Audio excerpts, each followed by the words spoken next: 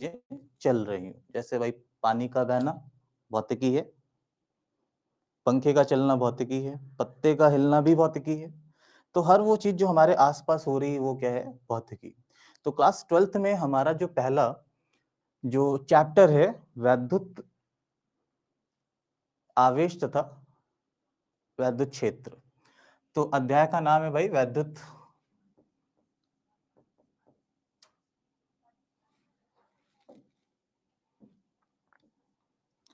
तो अध्याय का नाम है हमारा आज का वैद्युत आवेश तथा क्षेत्र।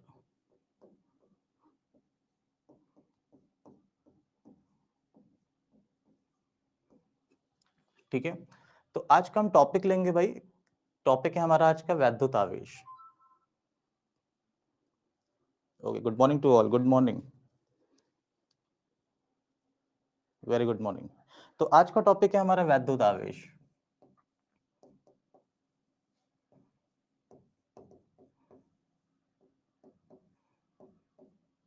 तो वैद्युत आवेश को समझने के लिए सबसे पहले हमको समझना पड़ेगा परमाणु को। तो परमाणु एटम, ठीक है, और एटम होता क्या है? एटम किसी भी पदार्थ का सबसे सूक्ष्मतम कण है जो कभी विभाज्य नहीं हो सकता, ठीक है ना, जिसको आप कभी भी तोड़ नहीं सकते, एक ऐसा छोटा सा पार्टिकल जिसको आप कभी भी तोड़ नहीं सकते।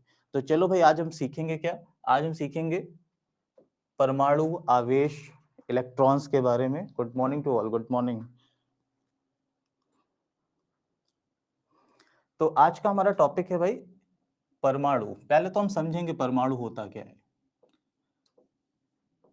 बहुत बेसिक सी फिजिक्स है भाई कि परमाणु आप सबने पढ़ा होगा, पहले ही पढ़ा होगा कि क्लास 9th में, क्लास 8th में जब केमिस्ट्री पढ़ते हैं, स्टार्ट करते हैं, तो आपको सबसे पहला टॉपिक परमाणु बताया जाता है। परमाणु, अणु, ऐसी बहुत सारी चीजें आपको पढ़ाई जाती हैं।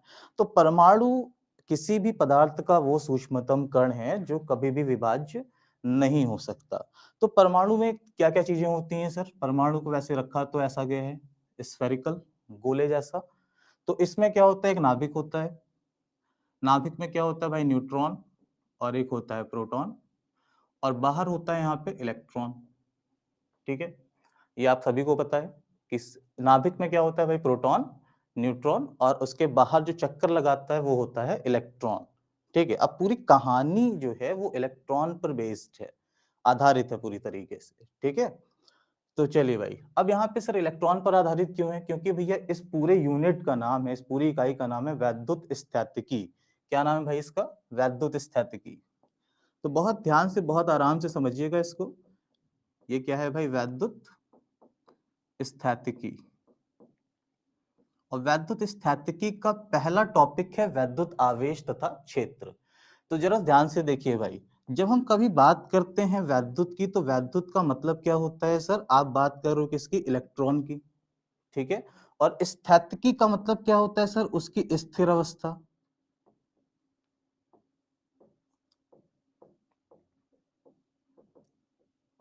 ठीक है भाई, वैद्युत का मतलब हो गया इलेक्ट्रॉन और स्थैतिकी का मतलब हो गया स्थिर अवस्था। अगर आप ध्यान से देखें तो सर कभी भी इलेक्ट्रॉन को आपने स्थिर तो देखा ही नहीं, क्योंकि इलेक्ट्रॉन का काम क्या होता है भाई? हमारे नाभिक के चारों ओर चक्कर लगाना। लेकिन सर यहाँ पे इलेक्ट्रॉन की स्थिर अवस्था की अगर हम बात करें तो ये कैसी अवस्था होगी, स्थिर अवस्था? तो इसका मतलब क्या होता है भाई कि इलेक्ट्रॉन पर कोई भी बल, बाह्य बल अभी कार्य नहीं कर रहा है। इलेक्ट्रॉन जो भी काम कर रहा है वो अपनी आंतरिक ऊर्जा की वजह से काम कर रहा है। ठीक है, जिसको हम कहते हैं भाई इलेक्ट्रॉन की स्थिर अवस्था। समझ में आ रहा है सभी को? ओके, तो सर वैद्युत का मतलब क्या हो गया? इलेक्ट्रॉन। आपको जब भी कभी कहीं पर भी वैद्युत जैसा शब्द मिले तो वैद्युत का मतलब हो जाएगा सर, हम किसकी बात कर रहे हैं सर? इलेक्ट्रॉन की। और स्थैतिकी का मतलब क्या हो गया सर? स्थिर अवस्था। भैया ऐसा है कि फिजिक्स में हम दो ही चीज पढ़ते हैं, या तो वस्तु गति कर रही होती है या वस्तु होती है स्थिर अवस्था में। तो यहाँ पर वस्तु, जब यहाँ पर हम बात करें इलेक्ट्रॉन की, तो इलेक्ट्रॉन की किस अवस्था को पढ़ रहे हैं? स्थिर अवस्था को पढ़ रहे हैं। ठीक है, तो इलेक्ट्रॉन की स्थिर अवस्था का मतलब हो गया कि इलेक्ट्रॉन के ऊपर अभी कोई भी बाह्य बल कार्य नहीं कर रहा है।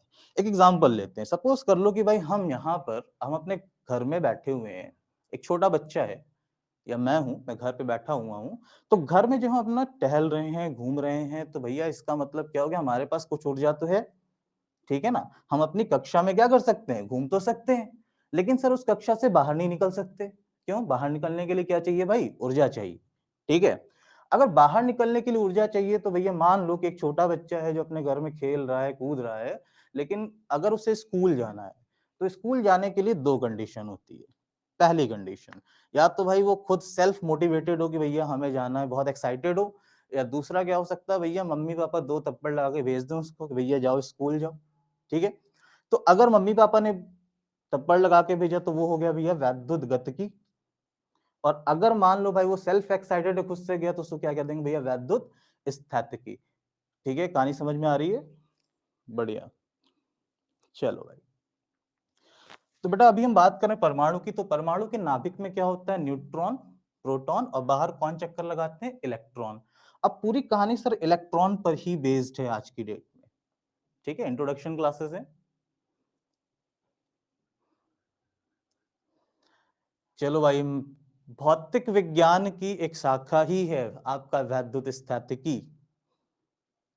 जैसे आपका एक पेड़ होता है ना भाई, विज्ञान, विज्ञान की 3 शाखाएं होती हैं भाई, फिजिक्स, केमिस्ट्री, बायोलॉजी, ठीक है, वैसे भौतिक विज्ञान की शाखा ही वैद्युत स्थितिकी। लेकिन वैद्युत स्थितिकी आपको यहाँ पर एक यूनिट जैसा काम करेगा, जिसके अंदर हमको पढ़ना है इलेक्ट्रॉन की स्थिर अवस्था को। ठीक है भाई, तो अब देखो भाई, आवेश, आवेश क्या होता है, इतनी बात तो आपको समझ में आ रही है सर, इलेक्ट्रॉन मूव करता है। तो हम बात करेंगे अभी आवेश की। तो आवेश क्या होता है भाई?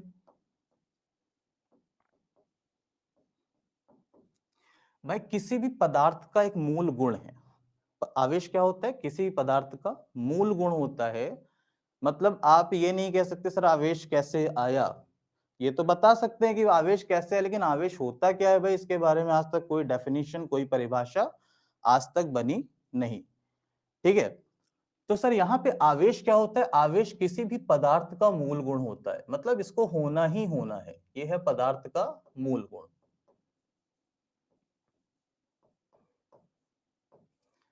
जैसे भाई आप ये नहीं बता सकते कि द्रव्यमान क्या होता है, वैसे आवेश भी नहीं बता सकते सर आवेश होता क्या है। अभी ये बड़ी पुरानी कहानी है इसकी, क्योंकि इसका जो इलेक्ट्रोस्टैटिक है, वैद्युत स्थितिकी है, इसका जो कह सकते हैं कि एक नींव रखी थी, वो रखी थी मिस्टर थेल्स ने। और मिस्टर थेल्स थे हमारे एक मैथमेटिशियन, ठीक है, फिलोसफर भी थे, साइंटिस्ट तो नहीं थे, लेकिन मैथमेटिशियन और फिलोसफर कहते हैं उनको। तो उन्होंने कैसे रखा इस वैद्युत स्थितिकी की नींव को? तो एक बार वो क्या कर रहे थे भाई, गार्डन में घूम रहे थे, उनका एक जैकेट था। तो जैकेट क्या हुआ कि गार्डन में कुछ सूखी घास पड़ी हुई थी, तो उन्होंने देखा कि जैकेट पे कुछ सूखी घासें चिपक गई हैं। उन्होंने झाड़ा, लेकिन वो निकला नहीं, ठीक है। तो सर होता क्या है कि यहाँ पे एक नींव रखी गई कि भैया कोई भी पार्टिकल, कोई भी कण किसी दूसरी चीज से चिपक कैसे गया, तो उन दोनों के बीच में कौन सा बल कार्यरत है। तो वहां से सबसे पहला कॉन्सेप्ट निकला बेटा, जिसको हम कहते हैं आवेश। तो आवेश क्या होता है भैया? पदार्थ का मूल गुण होता है, ठीक है ना, जो किसकी वजह से आता है सर? इलेक्ट्रॉन के साझा होने की वजह से। किसकी वजह से भैया? इलेक्ट्रॉन के साझा होने की वजह से। अगर किसी दो पार्टिकल में, दो एटम्स में, दो पदार्थों में अगर इलेक्ट्रॉन का साझा हो रहा है, तो सर वहां पर आवेश होगा, ठीक है। तो चलिए देखते हैं कैसे हम पता करेंगे आवेश होगा कैसे, ठीक है। तो सर आवेश के 3 गुण होते हैं। पहला गुण क्या होता है भाई?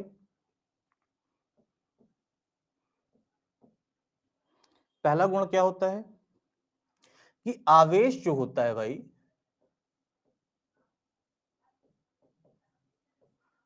आवेश का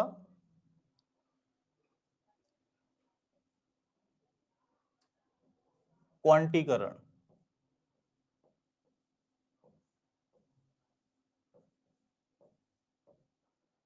ठीक है।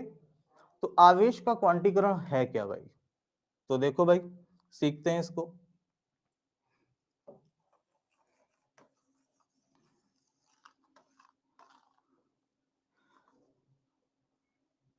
तो सर अगर हम बात करें यहाँ पे कि इसके 3 गुण हैं, तो पहला गुण होता है आपका एडिशन भी होता है, लेकिन हम क्वांटीकरण पढ़ेंगे। तो एडिशन क्या होता है? अगर हम बात करें आवेश के बारे में भाई, तो हमारे पास जो पहली चीज मिलेगी वो मिलेगी इसका योगात्मक रूप। ठीक है, कौन सा रूप भाई? योगात्मक रूप, जिसको हम क्या कहते हैं भाई? योगात्मक रूप, जिसको आप कहते हो इंग्लिश में एडिटिविटी। क्या कह देते हो भाई? एडिटिविटी। ठीक है, अब एडिटिविटी होती क्या है सर? सर किसी भी पदार्थ के ऊपर, किसी भी पार्टिकल के ऊपर कितना कितना हमारे ऊपर आवेश है, उसको निकालने के लिए हम क्या यूज करते हैं? एडिटिविटी। भाई देखो, एडिटिविटी एक रूप है, ठीक है, इसको हम कहते हैं योगात्मक रूप।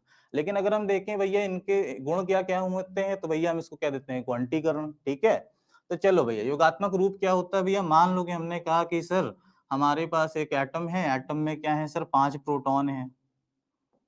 ठीक है ना, और सर क्या है भैया? 5 इलेक्ट्रॉन है।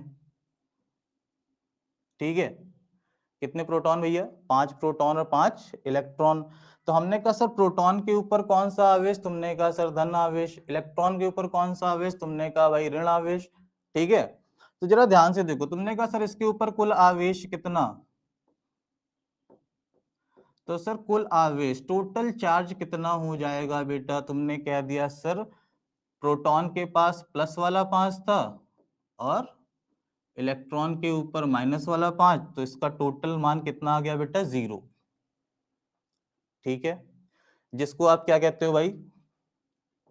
जिसको आप कहते हो न्यूट्रल चार्ज, मतलब उदासीन आवेश। क्या कहते हो भैया? उदासीन आवेश। देखो भाई, आज की क्लास पूरी इंट्रोडक्शन क्लास है, बस छोटी मोटी बातें करेंगे। आवेश के प्रकार भी पढ़ेंगे सर, 2 प्रकार के होते हैं, एक पॉजिटिव एक नेगेटिव। बहुत सारे लोग सोच रहे होंगे सर आपने बताया ही नहीं। ठीक है, तो सर अगर मान लीजिए कि यहाँ पर किसी भी एटम के ऊपर कुल आवेश का मान कितना हो गया? 0, तो इसका मतलब क्या हो गया भैया? हमारे पास जो जो भी कण है वो कैसा है? उदासीन है। कैसा है भैया? उदासीन। ठीक है, आप आवेश ना लगाइए यहाँ पर, आप इसको उदासीन कह सकते हैं। ये उदासीन कण भी हो सकता है, उदासीन, ठीक है, उदासीन परमाणु भी हो सकता है। ठीक है, कहानी समझ में आ रही है? चलो भाई, चलो एक छोटी सी और कहानी सुनाता हूं कि अगर आपको थोड़ा सा भी डाउट है कि सर पॉजिटिव और नेगेटिव क्या होता है, तो पॉजिटिव और नेगेटिव में मैं आपको एक कहानी सुनाऊं कि भाई जो हमारे सबसे लास्ट साइंटिस्ट थे, इसमें बहुत सारे 50 से ज्यादा साइंटिस्ट ने इन वैद्युत आवेश के बारे में रिसर्च तो किया है, बट कभी भी कोई एक्चुअल चीजें फैक्चुअल सामने निकल कर आई नहीं। ठीक है, बट हुआ क्या कि सर मान लीजिए हम कैसे बताएंगे कि कौन सा पॉजिटिव कौन सा नेगेटिव है ना?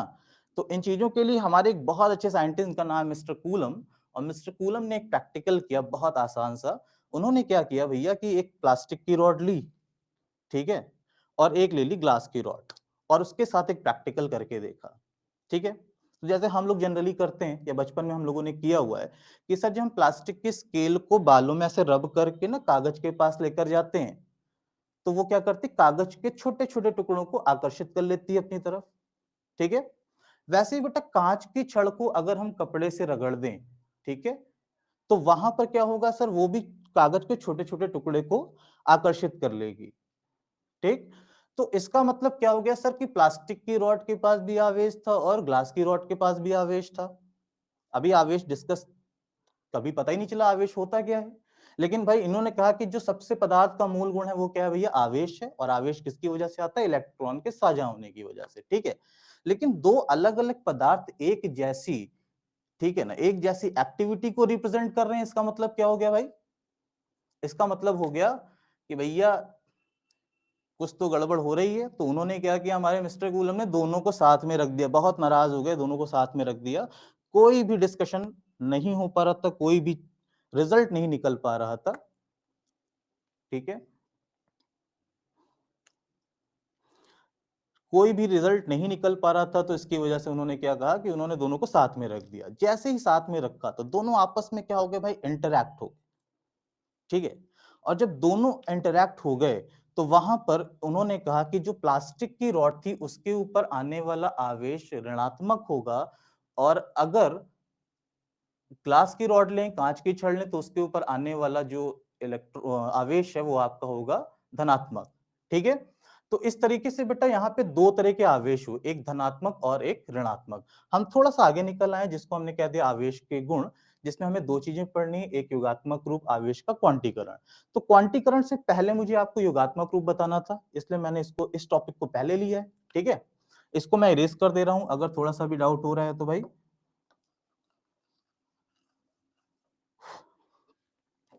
चलिए भाई, तो सर दो तरह के आवेश पता चल रहे हैं, एक होता है धनात्मक, दूसरा होता है ऋणात्मक।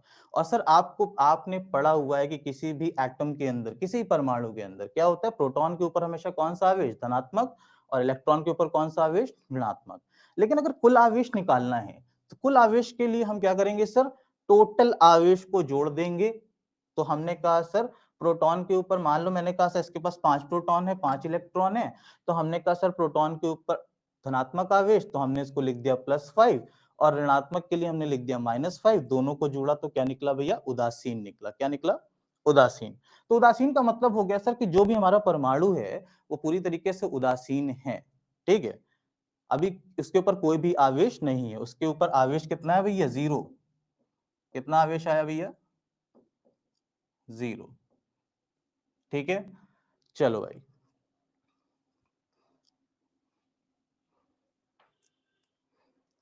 तो सर आवेश का जो योगात्मक रूप है, जिसमें हमने सीखा कि अगर मैं जनरली कहूं तो सर योगात्मक रूप को एक फॉर्मूले के तौर पे लिखूं तो योगात्मक रूप होगा क्या सर, जिसको हम लिखेंगे कुल आवेशों का योग। क्या लिखेंगे भाई, कुल आवेशों का योग। ठीक है, कहानी समझ में आ रही है कि सारे आवेशों को जोड़ दो। तो सर आवेशों को तो जोड़ देंगे, लेकिन जोड़ने के लिए कोई रूल तो नहीं है सर, नहीं रूल है, क्योंकि सर आवेश क्या होता है सर, हमारे पास आवेश हमेशा होता है आपका अदिश राशि। कौन सी राशि होती है भैया, अदिश राशि। अदिश राशि का मतलब क्या होता है भैया, जिसके पास सिर्फ क्या हो, परिमाण हो, कोई भी दिशा की जरूरत नहीं होती है। ठीक है, बात समझ में आ रही है भाई।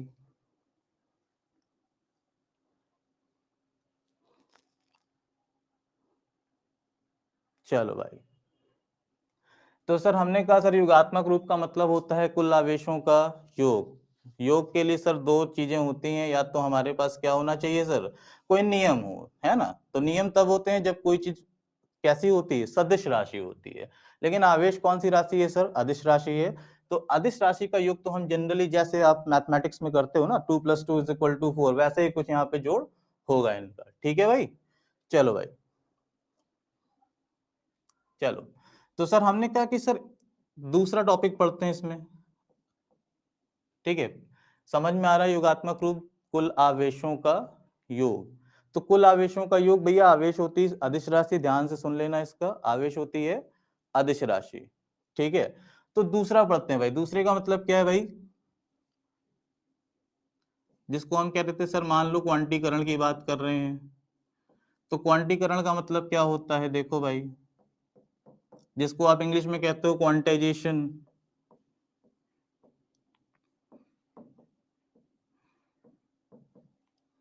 भाई अगर हम बात करें कि हमने कहा कि सर एक एटम है और इस एटम से हमें इलेक्ट्रॉन निकालना है, तो सर कितना इलेक्ट्रॉन निकलेगा सर, मिनिमम एक इलेक्ट्रॉन, है ना। कितना इलेक्ट्रॉन निकल सकता है सर, एक इलेक्ट्रॉन। ठीक है, या सर कितना इलेक्ट्रॉन निकल सकता है सर, दो इलेक्ट्रॉन, या कितना निकल सकता है सर, तीन इलेक्ट्रॉन। लेकिन कभी भी बेटा ये ऐसा नहीं हो सकता कि मैं तुमसे कह दूं भैया आधा इलेक्ट्रॉन निकाल दो। ठीक है, कभी भी ऐसा पॉसिबल नहीं हो सकता। मैं तुमसे कह दूं बेटा एक काम करो, 3/2 इलेक्ट्रॉन निकाल दो, ऐसा कभी भी पॉसिबल नहीं हो सकता। तो पॉसिबिलिटीज क्या है भाई, क्वांटीकरण का मतलब क्या होता है कि किसी भी परमाणु में या तो इलेक्ट्रॉन जो ले रहे हैं या जो इलेक्ट्रॉन परमाणु के द्वारा दिए जा रहे हैं, ठीक है, वो इलेक्ट्रॉन हमेशा कैसे होंगे, पूर्ण गुणज के रूप में होंगे। कैसे होंगे भाई, कैसे होंगे सर, ये पूर्ण गुणज होंगे। ठीक है, कहानी समझ में आ रही है भाई।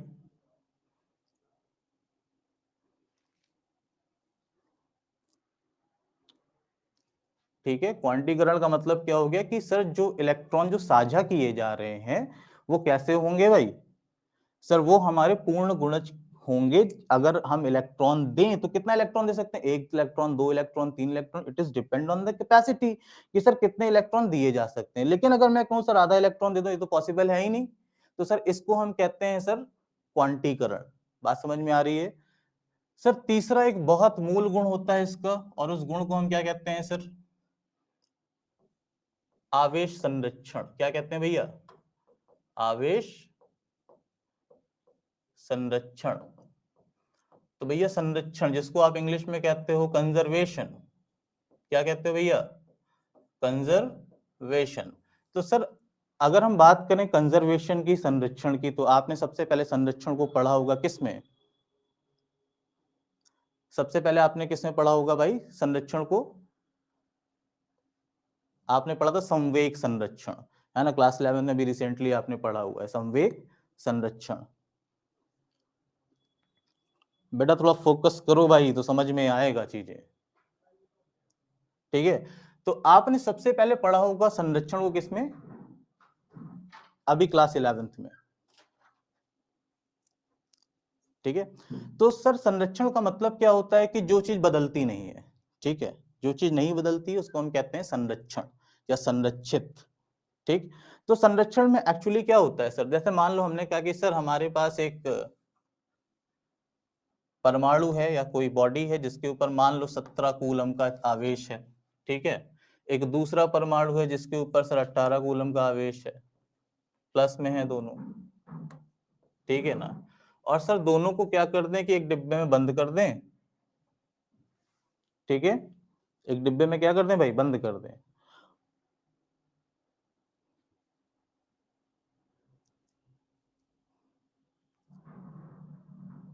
चलो भाई हम ही फोकस कर लेते हैं भाई, ठीक है? चलो आओ। तो देखो बेटा, मान लो कि मैं दो, हमारे पास वस्तु है, एक के ऊपर 17 कूलम का आवेश, दूसरे के ऊपर 18 कूलम का आवेश। तो सर हमने दोनों को एक डिब्बे में क्या कर दिया? बंद कर दिया। और बंद करने के बाद हमने क्या किया सर? दोनों को शेक कर दिया। तो अभी मैं कहूंगा कि सर शेक करने से पहले अगर मैं कहूं इनका कुल आवेश कितना, तो तुम कहोगे सर 17 प्लस 18 कितना हो जाएगा सर? कितना हो जाएगा भाई? 35 हो जाएगा। तो सर इसके ऊपर आवेश कितना हुआ सर? 35 कूलम का, ठीक है? अगर हम बात करें सर अब इसके बाद, तो मैंने इस डिब्बे को शेक कर दिया, ठीक है? जैसे ही शेक करेंगे तो सर ये दोनों वस्तु आपस में क्या होगी? टकराएगी। और टकराने से क्या होगा सर? दोनों के बीच में कुछ इलेक्ट्रॉन का साझा होगा, ठीक है? तो सर जैसे इलेक्ट्रॉन का साझा होगा तो हमने कहा भाई मान लो कि इसने 18 इलेक्ट्रॉन तो दे रखा है, क्योंकि इसके ऊपर क्या आ गया भैया? पॉजिटिव आवेश है इसके ऊपर, ठीक है? धनात्मक आवेश है। अब बहुत सारे बच्चे सोच रहे होंगे सर इलेक्ट्रॉन का साझा आपने बताया नहीं है। तो भैया ये तो बहुत बेसिक सी चीज थी, तो मुझे लगा कि शायद आपको पता होगा कि जब किसी वस्तु से इलेक्ट्रॉन, जब किसी परमाणु से इलेक्ट्रॉन जब जाता है बाहर, तो उसके ऊपर एक धनात्मक आवेश आ जाता है। बात समझ में आ रही है? जिसको हमें क्वांटीकरण में आपको बताना भी था। जैसे आप कहते हो सर एक इलेक्ट्रॉन बाहर गया तो कितना आवेश आएगा सर? एक आ जाएगा, +1। अगर गेन हुआ तो सर कितना आवेश आ जाएगा सर? -1 आ जाएगा कि नहीं भाई? अगर मान लो सर 2 इलेक्ट्रॉन बाहर जाता तो कितना आ जाता सर? +2। 2 इलेक्ट्रॉन गेन करते सर तो कितना हो जाता सर? -2। तो गेन करने पर क्या होता है भैया? -2, और डोनेट करने पर क्या होता है भैया? +2। अगर हम देखें तो इस चित्र के अनुसार, ठीक है? तो सर मान लो यहाँ पे दो परमाणु हैं या दो वस्तु हैं, जिसको हमने क्या कहा सर? एक के ऊपर 17 कूलम का आवेश, दूसरे के ऊपर 18 कूलम का आवेश, ठीक है? और दोनों को अगर मैं कहूं अभी तो बहुत नॉर्मली एक डिब्बे के अंदर बंद है, तो मैंने कहा सर बताओ जरा दोनों के ऊपर कुल आवेश कितना होगा? तुमने कहा सर ये पूरा एक सिस्टम बन गया, तो सिस्टम का कुल आवेश हुआ सर 35 कूलम का, ठीक है? तो सर अगर मैं बात करूं कि अब इनको हम क्या कर दें? शेक कर दें, ठीक है? इनको क्या कर दें भाई? शेक कर दें। तो शेक करने से क्या होगा सर? दोनों के बीच में आपसी कुछ साझा होगा, और साझे में अगर इलेक्ट्रॉन एक दूसरे में ट्रांसफर हो गए, ठीक है भाई? कैसे शेयर होंगे भाई इलेक्ट्रॉन? मान लो सर इसके ऊपर +18 कूलम का आवेश है, तो इसने ज्यादा इलेक्ट्रॉन दिए, तो इसके ऊपर इलेक्ट्रॉन कम होगा। तो सर यहां से मान लो कि एक इलेक्ट्रॉन निकल के इधर आ गया, मान लेना भाई, ठीक है ना? एक इलेक्ट्रॉन निकल के किधर आ गया भाई? दूसरे में। तो सर इसके ऊपर कितना हो जाएगा सर आवेश? 18 कूलम। और इसके ऊपर कितना हो जाएगा सर 17 कूलम। अब सर बताओ जरा कुल आवेश का मान कितना सर? तुमने कहा सर कुल आवेश का जो मान होगा वो कितना हो जाएगा सर? 17 प्लस 18 कितना सर? 35।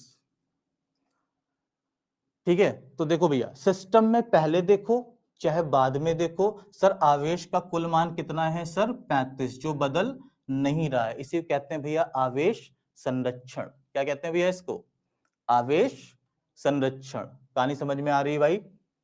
चलो देखो भाई, अब सर क्वांटीकरण की बात कर रहा हूं, फिर से मैं आपको लेकर आ रहा हूं एक बार रिपीट क्वांटीकरण में, कि सर इलेक्ट्रॉन जब निकलते हैं तो एक पॉजिटिव आता है, इलेक्ट्रॉन जब गेन होते हैं तो एक नेगेटिव आता है। तो सर यहां से एक फॉर्मूला निकल आता है बहुत प्यारा सा, अगर हम आवेश को क्यू से प्रदर्शित करें। किससे भैया?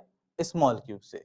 भाई अगर आप किताबें पढ़ोगे तो कहीं पे स्मॉल क्यू होता है और कहीं पर कैपिटल क्यू होता है, आप दोनों ही यूज कर सकते हो। ठीक है, तो सर अगर हम बात करें कि स्मॉल क्यू या कैपिटल क्यू, तो हम यहाँ पे स्मॉल क्यू को कंसीडर कर रहे हैं भाई। तो सर फिर से आते हैं क्वांटीकरण पे, तो क्वांटीकरण हमें क्या बता रहा था सर? कि इलेक्ट्रॉन हमेशा पूर्ण गुणज के रूप में निकलते हैं, ठीक है ना, जो हमारे आवेश की मात्रा को निर्धारित भी करते हैं। ठीक है, तो कहा भाई किसी ने कि भैया क्यू किस पर डिपेंड कर रहा है? तुमने कहा सर ये डिपेंड कर रहा है नंबर ऑफ इलेक्ट्रॉन्स पर। किस पर डिपेंड कर रहा है भैया? नंबर ऑफ इलेक्ट्रॉन, जिसको आप कहते हो इलेक्ट्रॉनों की संख्या। किस पर डिपेंड कर रहा है? इलेक्ट्रॉनों की संख्या पर। ठीक है, एक निकला तो एक प्लस, एक आया तो एक माइनस। ठीक है, तो हमने कहा सर इसको इक्वल करना है, बराबर करना है, तो हम क्या करेंगे सर? एक स्मॉल ई से मल्टीप्लाई कर देंगे बेटा, जिसको हम कहते हैं एलिमेंट्री चार्ज। क्या कहते हैं इसको? Elementary charge. कहानी समझ में आ रही भाई? इसको हम कहते हैं एलिमेंट्री चार्ज। आपने एक फॉर्मूला लिखा Q is equal to N into E. E आपका क्या हो गया भैया? एलिमेंट्री।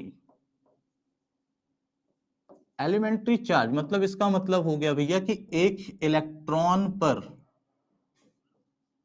आवेश की मात्रा, ठीक है ना, तो सर कितनी होती है आवेश? बताएंगे जरा एक इलेक्ट्रॉन पर। तो आपने कहा सर 1.6 इंटू 10 की पावर माइनस 19 कूलम होता है कि नहीं भाई? ठीक है, तो सर एक इलेक्ट्रॉन पर कितना आवेश? 1.6 इंटू 10 की पावर माइनस 19 कूलम। तो हमने कहा सर मान लो हमारे पास एक इलेक्ट्रॉन निकला। कितना इलेक्ट्रॉन निकला सर? एक परमाणु से एक इलेक्ट्रॉन निकल गया, ठीक है ना, तो इसके ऊपर आवेश कितना आ जाएगा सर? इलेक्ट्रॉनों की संख्या हो गई 1, और एक इलेक्ट्रॉन पर आवेश कितना? 1.6 इंटू 10 की पावर माइनस 19। तो वैल्यू कितनी हो गई भैया? 1.6 इंटू 10 की पावर माइनस 19 कूलम। कहानी समझ में आ रही है भैया? अच्छा, अभी आप कहेंगे सर दो चीजें होती हैं, एक प्लस और एक माइनस। तो ये भी सही है भाई। अगर आप बात करो तो आवेश के दो फॉर्मूले लिखे जाते हैं, एक होता है प्लस में, दूसरा होता है माइनस में। क्योंकि भैया आवेश भी दो प्रकार के होते हैं, एक पॉजिटिव और एक नेगेटिव। कहानी समझ में आई भाई? बहुत बढ़िया, बहुत बढ़िया। चलो भाई, तो सर एक पॉजिटिव और एक नेगेटिव, तो इसका फॉर्मूला कुछ इस तरीके से भी लिख सकते हैं, Q is equal to plus minus N into ई।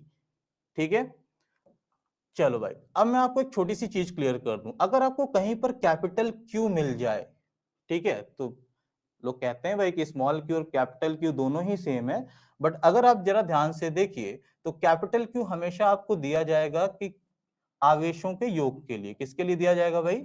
आवेशों के योग के लिए।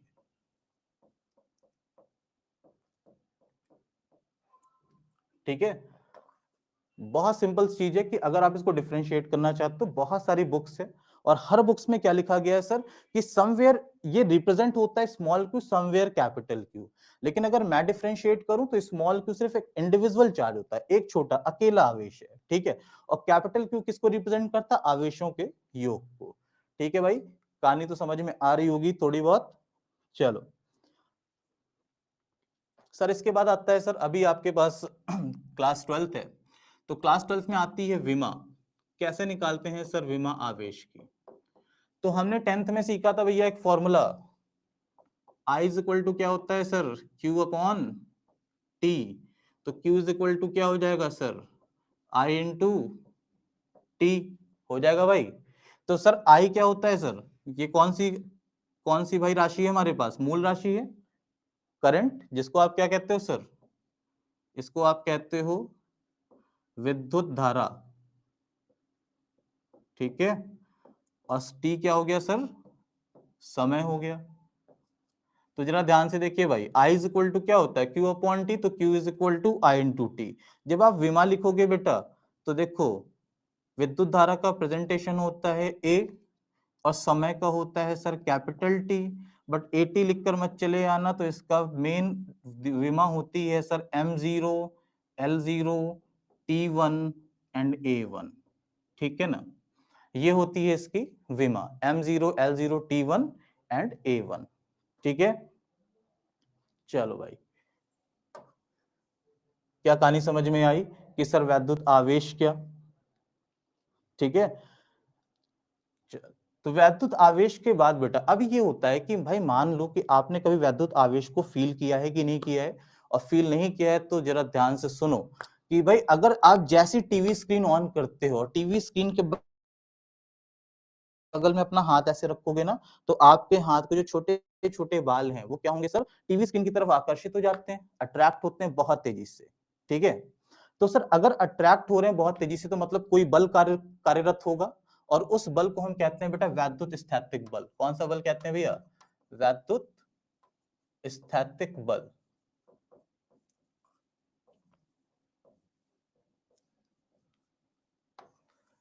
तो भाई हमें एक चीज तो पता थी कि सर आवेश जो होते हैं वो इलेक्ट्रॉन के साझा होने पर,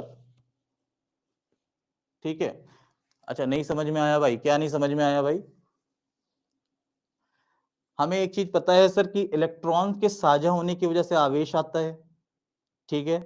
अगर एक इलेक्ट्रॉन गया या एक इलेक्ट्रॉन आया, तो उसको हम कहते हैं सर क्वांटीकरण, जिसका हमारे पास फॉर्मूला है Q is equal to N into E, ठीक है। आवेश कभी भी जो होते हैं वो हमेशा संरक्षित होते हैं, उनकी वैल्यू कभी भी बदल नहीं सकती, ठीक है। तो अब हमने देखा कि सर अगर दो वस्तु या दो पदार्थ, ठीक है, अगर आपस में इंटरैक्ट हो रहे हैं बिना किसी बाह्य बल के, ठीक है। जैसे मान लो भैया हम लोग जा रहे हैं और डस्ट पार्टिकल क्या होता है, वो भी चिपक जाता है हम लोगों से। तो डस्ट पार्टिकल मान लो टी शर्ट में लगा हुआ है, तो वो किस वजह से चिपका हुआ है उसकी भी अपनी कहानी, जिसको हम कहते हैं वैद्युत स्थैतिक बल। समझ में आ रही बातें। तो सर किसी दो परमाणु के बीच में जो हमारे पास आकर्षण बल होता है या प्रतिकर्षण बल होता है, उसको हम कह सकते हैं सर वैद्युत स्थैतिक बल, ठीक है। देखो भैया कूलम ने आवेश तो बता दिया, मान लो कि सर ये हमारा आवेश है पहला Q1 और दूसरा कौन है Q2, ठीक है। और ये अपनी एक निश्चित दूरी r पर स्थित है, ठीक है। अच्छा अब इनके बीच में दो बल, एक बल कार्यरत होगा जिसको हम कह सकते हैं सर फोर्स ऑफ अट्रैक्शन आकर्षण बल, या फोर्स ऑफ रिपल्शन प्रतिकर्षण बल, ठीक है। दो तरीके के बल कार्यरत होंगे। तो बल कितना होगा उसको बताया था हमारे मिस्टर कूलम ने, जिसको हम कहते हैं भाई वैद्युत स्थैतिक बल। तो इन्होंने बहुत सिंपली कहा कि सर जो बल होगा ना, वो किसके अनुक्रमानुपाती होगा सर, दोनों आवेश के गुणन के, ठीक है ना। अच्छा भाई, अगर हम कहें कि सर अगर ये दो आवेश दूर चले जाएंगे, दूर होते जाएंगे, तो इनके बीच का जो आकर्षण और प्रतिकर्षण बल है वो भी क्या हो जाएगा सर, कम हो जाएगा। तो सर इसको हम लिख देते हैं व्युत्क्रमानुपाती अब आर स्क्वायर के, ठीक है। अब अगर यहां से आप कंसीडर करो,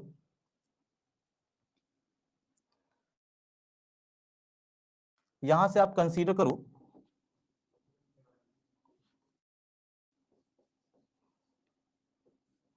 आएगा कि सर जो F होगा ना, वो हो जाएगा Q1 इंटू Q2 अपॉन में कितना भैया, आर स्क्वायर के, ठीक है। तो हमने कहा सर इक्वल करना है तो हमें क्या चाहिए, नेतांक चाहिए, जिसको हम कहेंगे के। ये हो जाता है बेटा Q1 इंटू Q2 अपॉन में कितना भाई, आर का स्क्वायर। क्लियर हो रही बातें। सर जो के होता है, के होता है सर आपका वैद्युत स्थैतिक गुणांक। क्या होता है भाई, वैद्युत स्थैतिक गुणांक, ठीक है भाई।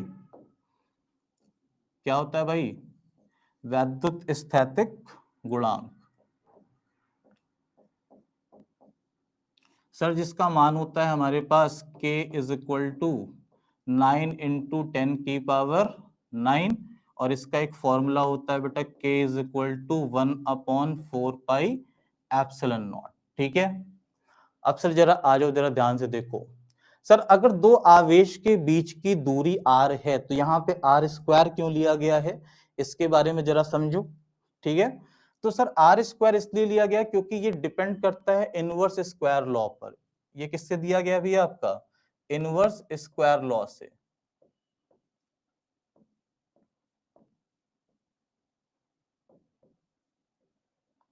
ठीक है, तो इनवर्स स्क्वायर लॉ क्या है सर,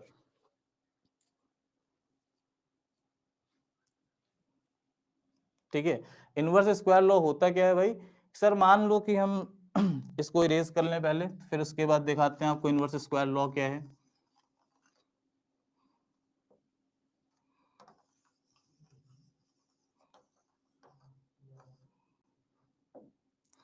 देखो भैया, मान लो सर एक आवेश है यहाँ पर Q, ठीक है ना, तो इसके चारों तरफ एक ऐसा गोला स्फेयर ड्रॉ कर दो। तो सर आवेश इसके चारों तरफ कहीं पर भी हो, कहीं पर भी रखा हो, इसके चारों तरफ कहीं पर भी रखा हो Q2 की अवस्था चाहे जैसी हो, अगर मैं इसको मान लूं ये क्या है सर, ये हमारा है एक गोला है, जिसको आप क्या कहते हो sir, that is a sphere. क्या कह दोगे भाई, स्फेयर। तो सर स्फेयर के चारों तरफ हम कहीं पर भी आवेश रखें जिसकी दूरी कितनी हो भैया, r हो। ठीक है ना, क्लियर हो रही बातें। तो सर यहां पर लगने वाला स्थैतिक बल क्या हो जाएगा, नियत हो जाएगा। अगर मान लो इसकी दूरी बढ़ा दूं मैं, इस Q2 को मैं यहां पर रख दूं, तो बनने वाला गोला कुछ ऐसा हो जाएगा भाई, दिख रहा है आपको। अगर गोला ऐसा हो गया तो सर इनके बीच की दूरी भी बढ़ गई ऐसे r, दिस इज r1 और ये हो गया भैया r2। क्लियर हो रही बातें, चलो भाई। तो सर जरा ध्यान से देखो, सर जैसे से दूरी बढ़ेगी तो इनका जो अपना क्षेत्रफल है वो भी तो बढ़ जाएगा। अरे भैया गोला बड़ा हो गया, त्रिज्या बड़ी हो गई, तो इनका क्षेत्रफल भी क्या हो जाएगा, बड़ा हो जाएगा। अगर बड़ा हो गया तो सर हमारे गोले का क्षेत्रफल कितना होता है सर, वो होता है सर 4πr²। कितना होता है भैया, 4πr²। तो जरा ध्यान से देखिएगा, आपके पास जो फॉर्मूला लिखा हुआ तो फॉर्मूला क्या मिला आपको sir, 1/4πε0 into Q1 into Q2 upon r का स्क्वायर। ठीक है, तो जरा ध्यान से देखिए बेटा कि आपको आपके डिनोमिनेटर में क्या मिल रहा है सर, क्षेत्रफल मिल रहा है 4πr²। तो इसको कहते हैं भाई इनवर्स स्क्वायर लॉ, कि अगर दूरी बढ़ती है तो क्षेत्रफल बढ़ेगा, और अगर क्षेत्रफल बढ़ गया भाई तो यहां पे आपका 4πr², इसकी वैल्यू भी चेंज होती रहेगी त्रिज्या के अनुसार। इसीलिए बेटा यहां पर जो बल होता है, बल किसके व्युत्क्रमानुपाती होता है, आपकी त्रिज्या के वर्ग के व्युत्क्रमानुपाती हो जाता है। कहानी समझ में आ रही है भाई, चलो।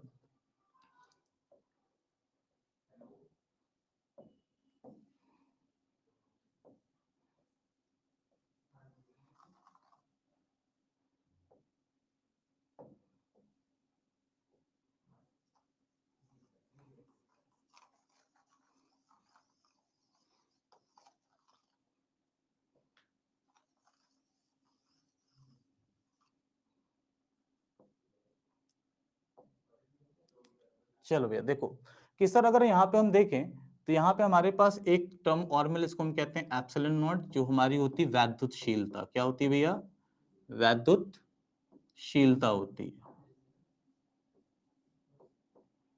ठीक है, क्या होती है सर, एप्सिलॉन नॉट होती है हमारी वैद्युतशीलता।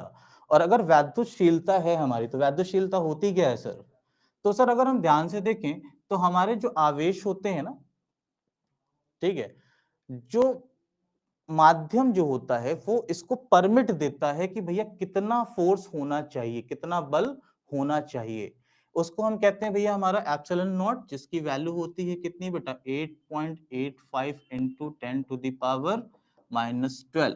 सर इसकी भी अपनी क्या होती है, एक यूनिट होती है इसकी भी अपनी। ठीक है, इसकी क्या होती है भैया, अपनी एक यूनिट होगी। तो इसकी यूनिट को निकालते हैं भाई, डिराइव करते हैं यहां से। देखो भाई, आपके पास एक फॉर्मूला मिला, F is equal to 1/4 pi epsilon naught into Q1 into Q2 upon में कितना है भैया, R स्क्वायर है।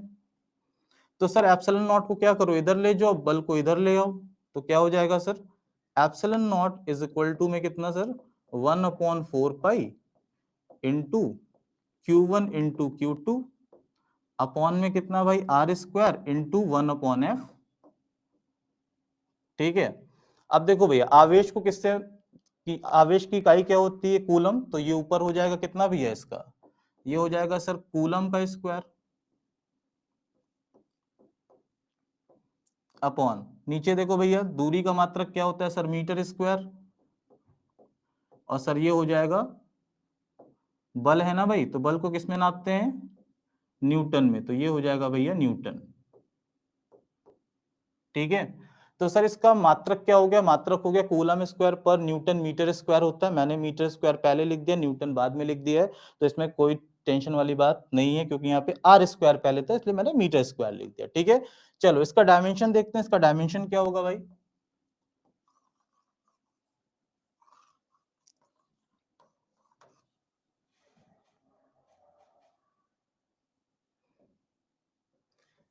इसका डायमेंशन चेक करते हैं, विमा क्या होगी।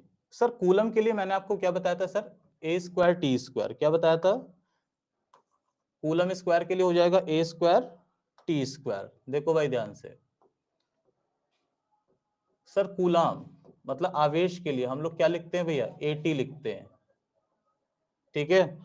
सर मीटर स्क्वायर के लिए क्या लिख देंगे, मीटर के लिए हम ले लेंगे सर दूरी है, तो इसके लिए ले लेंगे एल। और अगर बल है सर, जिसको आप न्यूटन कह रहे हो, तो इसके लिए होता है MLT-2। ठीक है। अब इनको सर इसी तरीके से अरेंज करके देखो, तो क्या मिल जाएगा सर, इधर मिल जाएगा सर ए स्क्वायर टी स्क्वायर, नीचे हो जाएगा सर आपका L square, and this is MLT-2। ठीक है।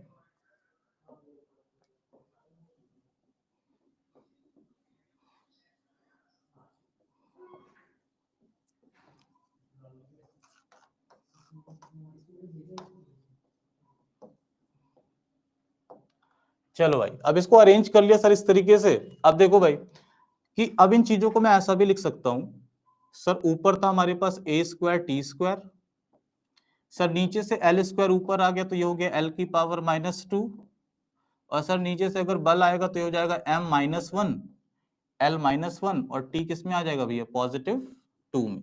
ठीक है भाई।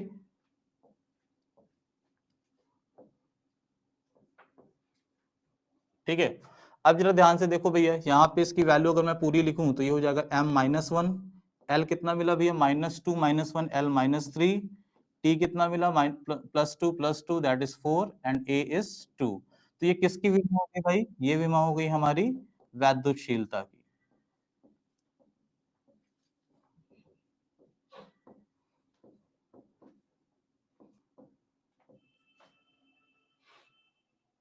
ठीक है। ओके। ठीक है। तो एक बार फिर से हम लोग रिवीजन के साथ मिलेंगे अगले लेक्चर में, और एक बार फिर से आपके डाउट्स क्लियर करने की कोशिश करेंगे कि भाई यहां तक की सारी बातें आपको एक बार फिर से क्लियर करा पाऊं। ठीक है। Okay, thank you.